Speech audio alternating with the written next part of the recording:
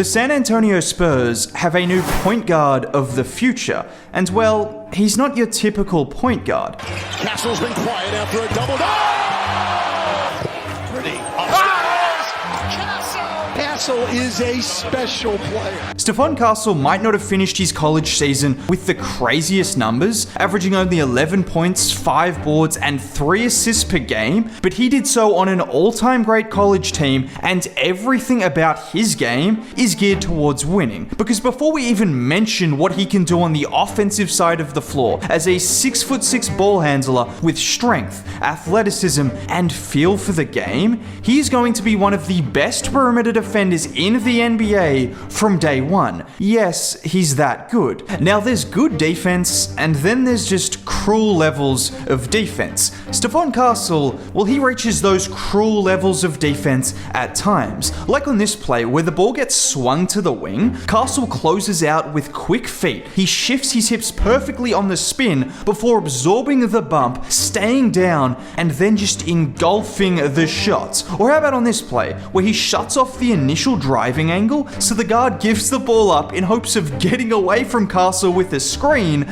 but like Freddy Krueger, you can run, but you can't hide from Stephon Castle, as he just sends that shot packing as well. And you can see on any of these defensive plays how much intensity he brings on that side of the floor. Whether he's playing for a national title or against DePaul, it doesn't matter, and it's reflected in how he speaks about defense as well. I have a lot of aspirations defensively in the league. I think I'll be shooting for hopefully first team all defense the next couple of years, and just try to expand on that and see how far I can take it. But it's one thing to have the physical tools to be a great defender. Castle also has supreme IQ on that end. Just watch him here. He's guarding the ball handler out top. The screener slips the screen, and he knows that the point guard is going to make that pass to the middle of the floor. But instead of trying to recover, he times his jump perfectly to deflect the pass. And that's not a fluke. He has Spider-Man-like senses on the basketball court. Watch him here pick up this guy full court, and again, he notices him going to pass and tips the ball. It's not just the ability to make that play, but it's the concentration when picking a player up before half court to notice right at the moment when he's about to make that pass. And I know you guys always hear about players being able to switch positions 1 through 5 or having all this versatility defensively, but often what gets overlooked when talking about versatility is footwork. It's one thing to be strong enough to hold your own, but you need the right defensive footwork to be a truly good post defender. Watch Castle here on the post up. He absorbs both bumps before going up vertically, not biting on the pump fake and forcing the 3-second from his discipline. He's got both the strength and the acumen to guard multiple positions and multiple spots on the floor as a defender. And the San Antonio Spurs are about to have one of the scariest defenses we have ever seen over the next 10 years. I know that sounds like hyperbole, but have you seen what Victor Wembanyama is doing for France? Have you seen Victor Wembanyama? Just having him is going to make you an all-time great defense, but you've paired him with a 6'6" guard who can guard multiple positions, can chase players around screens, is physical enough to switch on bigger players in the post, and just has defensive instincts through the roof. Not only that, but you have another potential defensive monster in Jeremy Sohan, who is currently showing just how monstrous he could be on that end. Just look at him here put Eric Gordon in absolute jail with just an outrageous combination of foot speed, strength, and length at that size. Oh, and then there's Devin Vassell, who is also 6'7"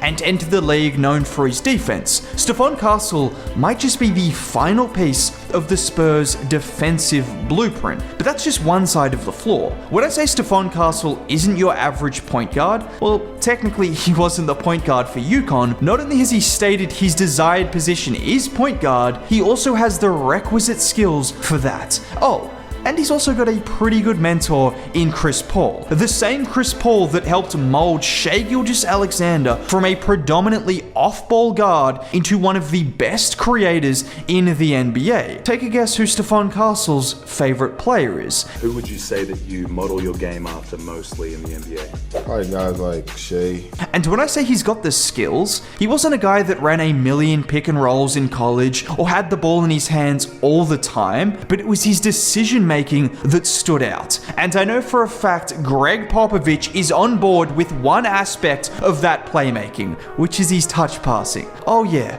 Spurs basketball might be back because Stephon Castle is more than capable of making those split-second decisions that all the great Spurs players have made. Just watch him here slip the screen cutting backdoor, and with the defender helping over, in an instant he's able to wrap the pass around to Klingon. Or in this play, which is even crazier, where it's another great cut and the ball barely even touches his hands before it's in the hands of Klingon for a dunk. Greg Popovich probably saw that clip and decided there was no other player that he'd want on his team more than Stephon Castle. And in a similar vein, another aspect of Castle's play that stood out to me was just a small detail, but a very important one. He knows how to throw an entry pass. Yeah, give him the Supermax, guys. He can throw an entry pass. But on a serious note, there are so many players in the league incapable of doing so, and we saw that happen a fair bit with Wemby in his rookie season. Just look at Castle on these plays, throwing it into the 7-foot behemoth in Donovan Klingon, and every time he's throwing it over the top of the defender and to the space that Klingon has sealed. It seems really simple and minor, but it's almost a rare skill for a player to have in the modern NBA. And what better team to have that skill than the San Antonio Spurs? Obviously, there's a lot more Stephon Castle can do as a passer. He showed off the ability to throw lobs or skip passes in the pick and roll, or beautiful bounce passes to backdoor cutters, and we'll just have to see how well he handles an increased playmaking load. But at the very least, he is a very, very Spursy player, that's for sure. Then there's his scoring, where you really see him use his physical attributes, sometimes just bulldozing through defenders in transition or even in the half court. Just look at him play bully ball here, where he backs his defender all the way under the rim, but it's the up fake and then the pivot that is the most promising part of that play. And this is where you see his unique tools, because he has the handle and some of the shiftiness of a guard, but at 6'6", he can work smaller defenders in the post, he can cut backdoor for lobs, or even set screens and roll, which is going to be really fun to watch, because last year we saw Trey Jones consistently set screens for Wemby and take advantage of Wemby's gravity by getting to the rim. Now imagine the same situation, but instead of 6-foot Trey Jones, it's 6'6" Stephon Castle setting those screens. Stylistically, he is perfect for San Antonio.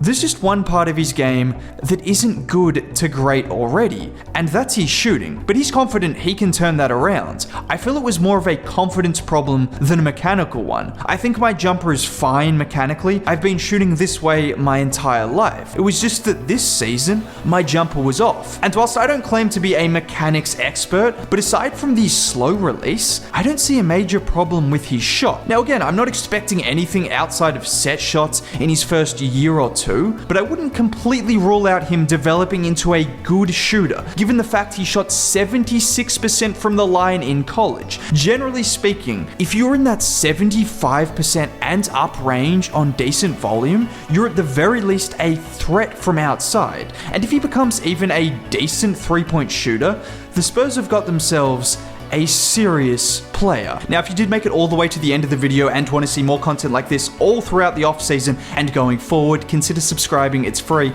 Either way, have a nice day. Bye.